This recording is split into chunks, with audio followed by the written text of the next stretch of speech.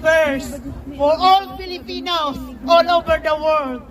If my people who are called by my name humble themselves and pray and seek my face and turn from their wicked ways, then I will hear from heaven and I will forgive their sin and heal our land.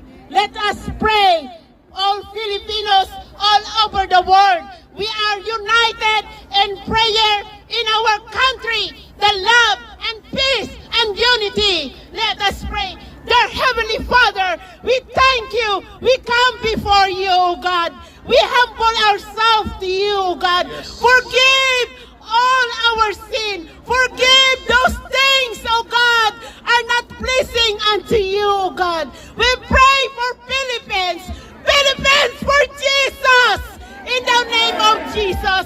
Father, we thank you.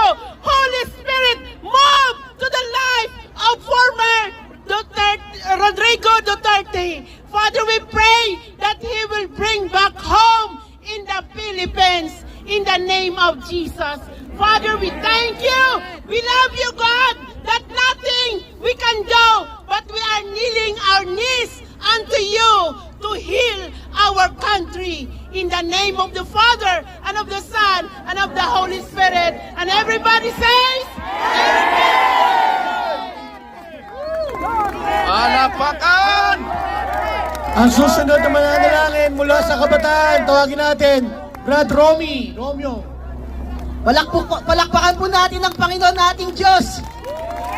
Mas malakas po na palakpakan para sa ating Panginoong Diyos. Siya lang po ang nag-iisang Diyos na makapangyarihan sa lahat. Siya po ang ating Diyos ng bawat bansa. He is the governor among all the nations. He is the King of kings and the Lord of lords. He is our King. He is our Lord. Amen po ba, mga kapatid? Marami pong Diyos, pero isa lang po ang ating Diyos, the God of heaven. Amen? Amen! Kaya po, sigaw po tayo. I-cry out po natin ito. In the book of Exodus, narinig po ng Panginoong Diyos ang luha, ang iyak, ang anguish, ang cry ng mga Israelites. At siya ay diningkin niya ang iyak ng bawat Israelites. At nagpadala siya po ng Moses. Doon po nagsimula sa Exodus chapter 1. Kaya sigaw po natin ito sa ating Panginoong Diyos. Sigaw po natin, taas po natin ating mga kamay. Sabihin po